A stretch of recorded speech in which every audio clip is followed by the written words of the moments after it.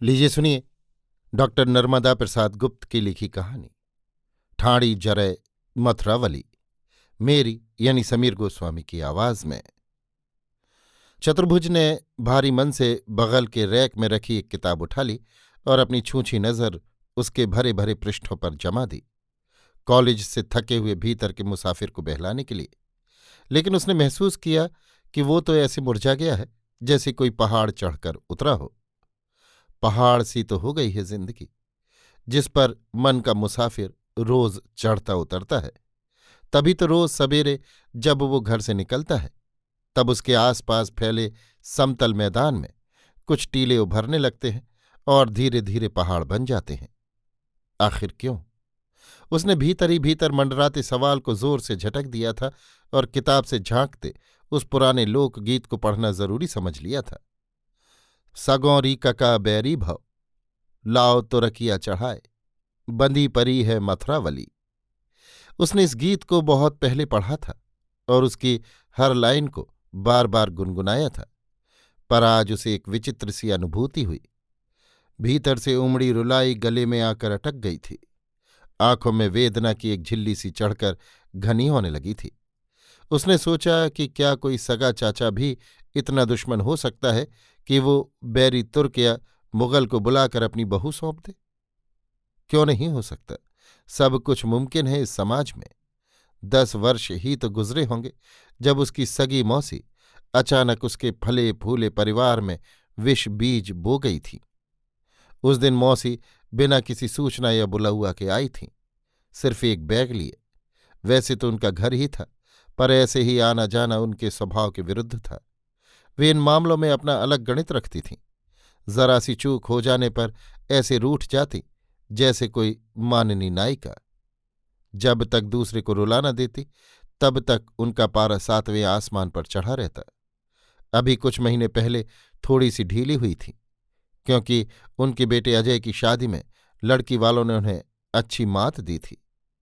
उन्हें अभी तक चुभती थी वो बात कि एक अदनी सी पांव की जूती ने उन्हें काट लिया था, पर उसकी चर्चा करने से उनका मन छोटा होता था। इसी वजह से उन्होंने कुछ मामलों में चुप रहना शुरू कर दिया था, खासतौर से शादी के लेन देन में। लेकिन उसे समझ में नहीं आ रहा था कि मौसी इतनी जल्दी फिर पधारी है। अभी अभी 15 दिन हुए कि वे उसकी शादी में खूब हाल फूल से रहकर गई थी। ये बात नहीं कि उनकी सूक्ष्मदर्शी आंख कभी चूकी हो, लेकिन इस बार उन्होंने कोई नुक्स नहीं निकाला था। वो कपड़े पहनकर अपने दोस्त के घर जाने को खड़ा था कि मौसी को सामने पाकर झुक गया और चरण छूकर उनके चेहरे को पढ़ने लगा। बोला, मौसी कहाँ से आ रही हैं इतने समय? बेटा, अजय बिना कहे कहीं चला गया, यहां तो नहीं आया। अपना अजय? वो तो ऐसा नहीं है। आपने बहू से तो नहीं कुछ कह दिया? अरे बेटा, आजकल की बहुएं सासों को चरा देती हैं। मैं तो ठहरी बेपढ़ी और वो एमए पास, हर बात में 4 कदम आगे। मौसी, ये सब न सोचो, वे घर की लक्ष्मी है, लक्ष्मी। हाँ भैया, कुबेर का खजाना लेकर आई हैं। मौसी तेजी से अंदर चली गई थी। कुछ बड़बड़ाते हुए उसे लगा था कि उसने मर्म स्थल पर चोट कर दी है, जबकि धीरज बंधाने की कोशिश करनी थी। उसे कुछ पछतावा भी हुआ, पर वो तुरंत अपना बोझ उतार कर चल दिया। साइकिल उठाने को था कि मौसी चाय लेकर आई। कहने लगी, भैया स्कूटर कहाँ गया? शादी में मिला था ना। चाय का प्याला लेकर उसने उत्तर दिया, मौसी, पुरानी साइकिल ही अच्छी, नंबर लगा दिया है, 1-2 साल में मिल जाएगा। सो तो है ही, पर आजकल तो हर शादी में मिलता है। मौसी की मुखमुद्रा पर उसे हंसी आ रही थी, लेकिन जबरन रोक कर उसने कहा था, मौसी, अपने खजाने से कुछ दे दो तो काम चल जाए। घर की मालकिन से मांगो बेटा, मैं तो तुम सब की चाकरी के लिए पैदा हुई हूं। अब ज्यादा छेड़ना खतरे से खाली नहीं था, इसलिए चुप्पी साध कर रह गया था वो। थोड़ी देर तक इधर उधर मिल भेंट कर जब आया, मौसी किसी बस से लौट गई थी। उसे ताज्जुब हुआ था कि मौसी एक रात भी नहीं ठहरी, कोई नाटक भी नहीं रचा। वो अच्छी तरह जानता था कि उन्हें पात्रों की जरूरत नहीं पड़ती। जिससे बात कर ले वही नायक बन जाए और जिसे थोड़ा सा प्रेम बांट दे वही सूत्रधार। इसके बावजूद उस दिन उसे कुछ भी नजर नहीं आया। करीब 1 महीने के बाद रात को जब कमरे में गया तो प्रेमा बिस्तर पर पड़ी सिसक रही थी। उसने प्यार से थपकी देकर पूछा, क्या बात है प्रेमा? क्या कोई झगड़ा हुआ या कोई दर्द है? साफ साफ कहो। प्रश्न भरी सहानुभूति पाकर प्रेमा फूट पड़ी। उसने फिर पूछा, तुम बोलोगी नहीं तो क्या दर्द यों ही कम हो जाएगा? डॉक्टर बुला लाऊं? प्रेमा चुप न हुई। उसने सोचा कि कोई गंभीर मसला है, लेकिन घर में तो कोई ऐसा नहीं जो प्रेमा को जानबूझकर पीड़ा दे। उसकी माँ तो उसे बिटिया की तरह प्यार करती है और पिता तो देवता जैसे हैं। देवर और ननद कोई है भी नहीं जो प्रेमा को सताए। फिर क्या हो सकता है? कुछ मान लेना मुश्किल है। कोई बीमारी है तो रोने धोने का सवाल ही नहीं। कुछ देर बाद प्रेमा जैसे ही सहज हुई वैसे ही उसने भर्राए स्वर में सारा भेद खोल दिया। माँ जी कहती हैं कि स्कूटर नहीं मिला। जो कुछ सामान आया है वो तो यहां पहले से मौजूद था। उसका क्या फायदा? स्कूटर आता तो काम आता, फ्रिज मिलता तो गर्मियों में ठंडा पानी नसीब होता।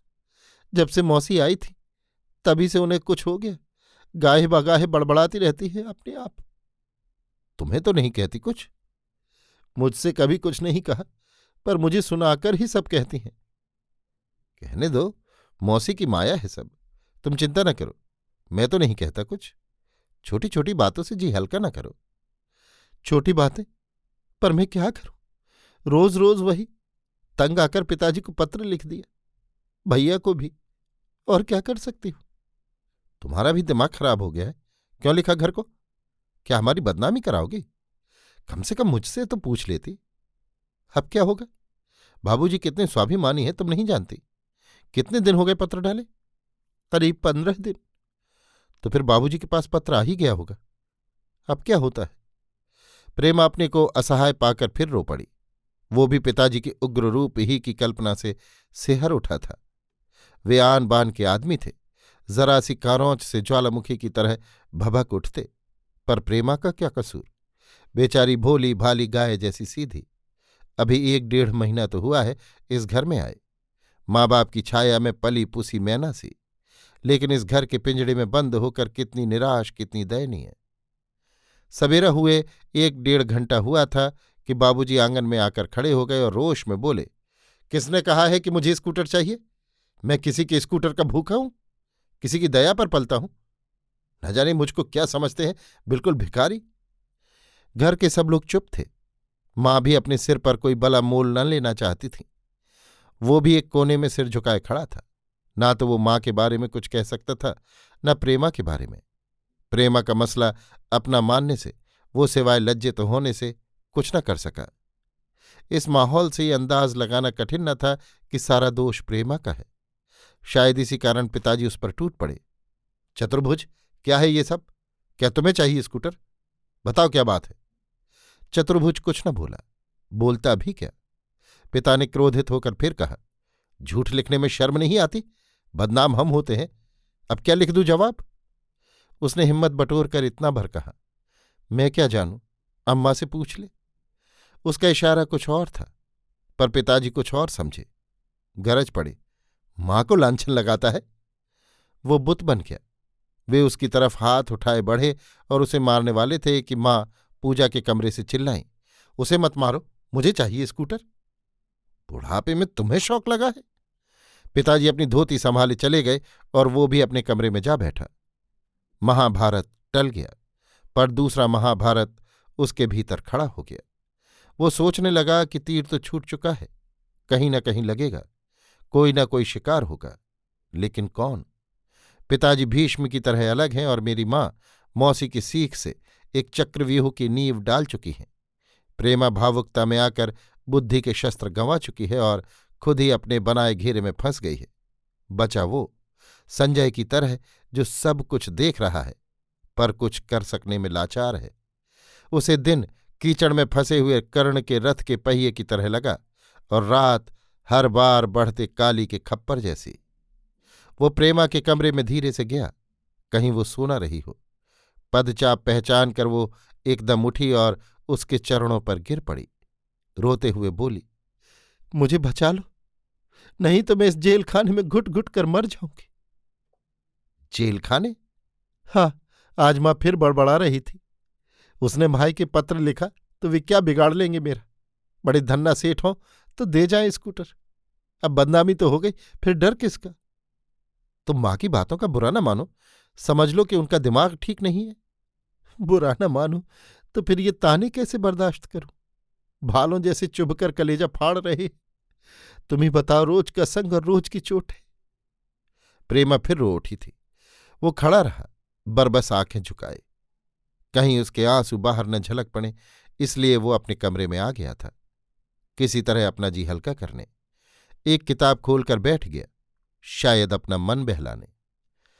आज भी मन बहलाने बैठा है, किताब लेकर। लोकगीत पुराना है, पर उसके शब्द आज तक ताजे हैं। क्या उसकी जिंदगी लोकगीत नहीं बन सकती? क्या मथुरावली की तरह सब किसी न किसी जेल में बंदी हैं? उसे कितना समझ में आया ये बात तो अलग है, लेकिन बंदनी की कथा विचित्र है। ससुर मिलाओ ले चले हतिया हजार। ले लो मुगलजू जे हतिया, बहू तो छोड़ो मथुरावली। तोरे हथियन को हम का करें, ऐसे हैं गदहा हजार। हम ना छोड़ें मथुरावली। बीरन मिलाओ ले चले तेगा हजार। बंदी परी है मथुरावली, जाओ बीरन घर आपने। रखाहूं जू पगड़ी की लाज, बंदी परी है मथुरावली। ससुर जेठ देवर पति सभी अपनी अपनी भेंट लेकर आते हैं, पर मुगल मथुरावली को नहीं छोड़ता। उसका भाई 1000 सैनिक लेकर मुगलों के शिविर पर आक्रमण करता है, लेकिन बहन भाई को लौट जाने के लिए विवश करती है और वचन देती है कि वो उसकी पगड़ी की लाज रखेगी। पगड़ी की लाज, मथुरावली, प्रेमा ने भी तो ऐसा ही कुछ कहा था। उसे आज तक याद है और उसने उन शब्दों को धरोहर बनाकर रख लिया है। हुआ यों कि प्रेमा का पत्र पाते ही उसके पिता ने समधी को विनम्रतापूर्वक लिख दिया था कि स्कूटर देने लायक तो वे नहीं हैं, पर 2-4 हजार की कोई चीज 1-2 वर्ष में हाजिर कर सकते हैं। फिर प्रेमा की छोटी बहन उषा की भी शादी करना है। ऐसे ही 1-2 कारण और गिनाकर अपनी लाचारी साबित करने की कोशिश की गई थी। असल में प्रेमा के पिता सुदर्शन एक ठेकेदार थे और ठेकेदार की कुशलता उनके हर काम में झलकती थी। पेचीदे से पेचीदे मसलों को वे फौरन निपटा देते थे। फिर ये तो घरेलू मसला था, उन्होंने इसे मामूली सी बात समझकर छोड़ दिया था और पत्र डालकर निश्चिंत हो गए थे। लेकिन जब प्रेमा का दूसरा पत्र पहुंचा, तब समधी को प्रभावित करने उनके घर पहुंच गए। उसके पिता पूजा कर रहे थे, इसलिए अपने ससुर की अगवानी उसे ही करना पड़ी।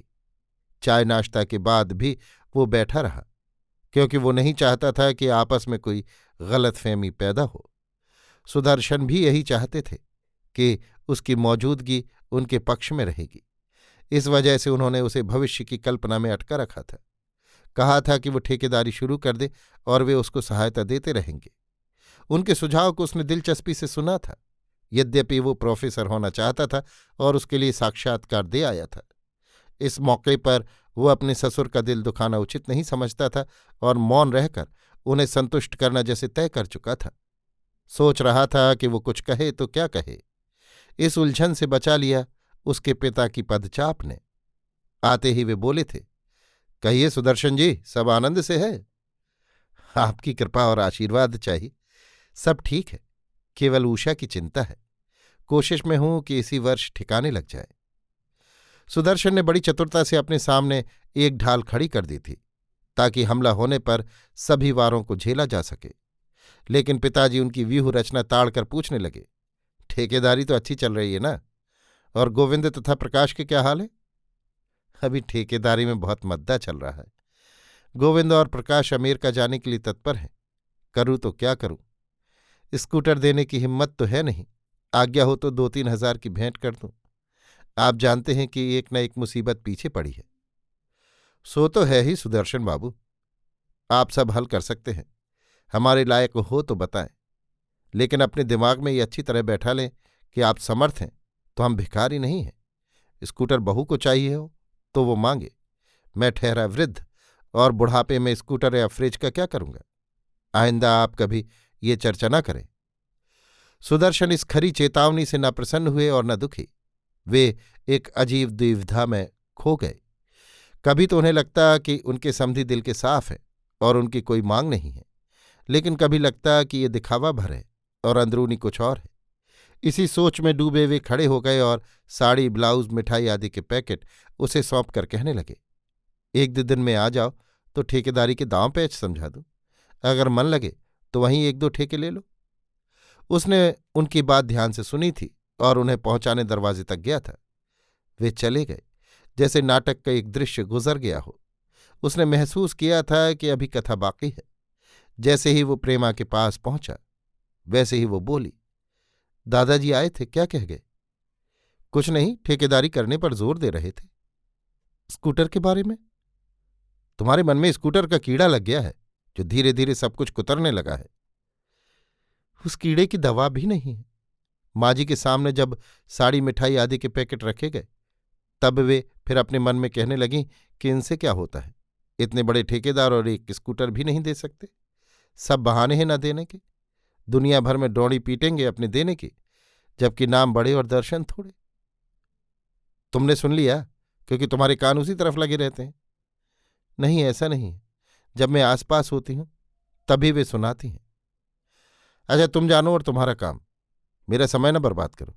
बार बार स्कूटर की बातों से वो तंग आ गया था। उसकी परेशानी उस समय और भी बढ़ गई जब प्रेमा के बड़े भाई गोविंद ने अचानक आकर धमकी दी, आप सब मेरी बहन के पीछे पड़े हैं। आप जानते नहीं कि वो बहुत भावुक है, बहुत सीधी और सहज। रोज उसे ताने मिलते हैं। समझ में नहीं आता कि स्कूटर और फ्रिज आदमी से भी ज्यादा कीमती हो गए। बताइए, उत्तर क्यों नहीं देते? क्या प्रेमा को रखना भारी पड़ रहा है? अगर ऐसी बात है तो मैं ले जाऊं। सब चुप थे। माँ कनखियों से प्रेमा को देख रही थीं और वो माँ को। पिताजी लखनऊ गए थे। वे होते तो बात का रुख कुछ और होता, या फिर एक युद्ध ही खड़ा हो जाता। उनकी जगह पर था वो, पर वो क्या जवाब देता? गोविंद ने साफ रास्तों पर कांटों की बाड़ खड़ी कर दी थी, जिसे पार करना मुश्किल था। उसके पास खड़ा वो कोई उपाय खोज ही रहा था कि गोविंद ने प्रेमा से कहा, प्रेमा, तैयारी कर लो, चलो, दादाजी ने बुलाया है। यहां रहकर तुम कटी हुई बेल सी सूखती जा रही हो। प्रेमा ने माँ जी और उसे देखकर कहा था, नहीं भैया, बाबूजी नहीं है, उनकी आज्ञा के बिना देहरी नहीं लांघ सकती। अब तो यही मेरा घर है। दादाजी कायदे से बुलाते हैं तो नंगे पांव दौड़ती आऊंगी। ठीक है, जैसी तुम्हारी इच्छा। तुम इस घर की 4 दीवारी में बंद नहीं होना प्रतिष्ठा समझती हो तो कोई चारा नहीं है। घर की शोभा प्रतिष्ठा नारी से है। बहू घर की लक्ष्मी जरूर है, पर यदि घर वाले स्कूटर और फ्रिज को लक्ष्मी मान बैठे हैं तब? भैया, आप सब कुछ मुझ पर छोड़ दें। दादाजी से कह दें कि वे निश्चिंत रहें। उनकी प्रेमा दोनों घरों की आन रखेगी। अच्छा, मैं अमेरिका जाने के पहले फिर आऊंगा। गोविंद ने खड़े होकर माँ जी के चरण छूने चाहे, पर उन्होंने पैर हटा लिए और कहा, बेटा, पीठ पूछकर पैर नहीं पूजे जाते। माँ जी चली गई थी और गोविंद उस कमरे को घूर कर देखने लगे थे। वे कुछ कहते कि उसने आग्रह किया था, आप संध्या होने पर जाएं, दोपहर की धूप तेज है, आराम कर लें। नहीं, मुझे आज ही पहुंचना है। प्रेमा आंखों में गीलापन लिए फर्श की तरफ देखती रही। वो भी पैर के नाखून से लिखने लगा था। गोविंद कुछ रोष में जाने लगे कि उसने द्वार तक उनको भेज दिया और नमस्कार कहकर अपने कमरे में आ बैठा। सोचने लगा कि विषलता अब खूब लहलहा उठी है। आगे क्या होगा? माँ पीछे लौटना नहीं चाहती और बाबूजी को मालूम नहीं कि कथा अपने आप बढ़ती जा रही है। गोविंद जाने क्या क्या कह गए, लेकिन माँ बड़े संयम से सुनती रही। प्रेमा ने बहुत धीरज और साहस दिखाया। मुमकिन है कि उसके शब्द माँ के लिए मरहम का काम करें और समस्या हल हो जाए। दोनों घरों की आन, पगड़ी की लाज, लोकगीत की कथा फिर आगे खिसकी। जारे मुगल पानी भर के ले आओ, प्यासी मरे मथुरावली। गैलो मुगल पानी गौ, घर में दे लई आग, ठाड़ी जरे मथुरावली। नाक की बैरार तोय दऊं ढोलिया, ऊंचे चढ़ ढोल बजाओ, ठाड़ी जरे मथुरावली। अंग जरे जैसे लाकड़ी, केस जरे जैसे घास, ठाड़ी जरे मथुरावली। रोए चले बांके बालमा, बेहंस लगे राजा बीर, ठाड़ी जरे मथुरावली। राखी बहना पगड़ी की लाज, ठाड़ी जरे मथुरावली। मुगल मथुरावली को बार बार समझाता है कि वो उसकी पत्नी बन जाए। मथुरावली सब सुनती रहती है। एक दिन वो मुगल से पानी लाने के लिए कहती है। मुगल जाता है और मथुरावली शिविर में आग लगा देती है। ढोलिया को नाक की बेसर देकर ढोल से घोषणा करने को तैयार कर लेती है और वो कहता है कि अंग लकड़ी की तरह और केश घास की तरह जल रहे हैं। मुगल पछताता है कि हिंदू नारी खड़ी खड़ी जल सकती है। मथुरावली के पति रोते हुए और भाई हंसते हुए कहते हैं कि उसने पगड़ी की लाज रख ली है। लाज तो प्रेमा ने भी रख ली। भाई को वचन देकर वो शांत रहने लगी थी। उसका चेहरा तो उदास सा रहता था, पर आंखों में एक चमक हमेशा कौंधती रहती। ऐसा लगता जैसे कोई नई आस्था की टहनी उसकी देह से फूट कर उगाई हो। उसने एक बार पूछ ही लिया, प्रेमा, तुम अब काफी शांत और प्रसन्न दिखती हो, पर तुम्हारा चेहरा बीमार सा रहता है। क्या बात है? क्या तुम्हें माँझी अब भी चुभती रहती हैं? नहीं तो, माँझी का अब रोज का गाना हो गया है। दुख तो होता ही है, लेकिन छाती पर पत्थर रखकर सब सहती रहती हूं। तुम समझ लो कि माँझी को एक उन्माद हो गया है। उनके बकने को इस कान से सुनो, उससे निकाल दो। जैसी आपकी आज्ञा। आपकी सर्विस लग जाए, सारा झंझट ही छूट जाए। दूसरे दिन ही पब्लिक सर्विस कमीशन की सूचना आ गई थी। उसने तुरंत प्रेमा को पुकार कर कहा था, तुम्हारे मुंह में घी गुड़, बुलावा आ गया। प्रेमा इस बार खुशी में डूब कर बोली थी, भगवान ने मेरी विनती सुन ली, चलें प्रसाद चढ़ाए।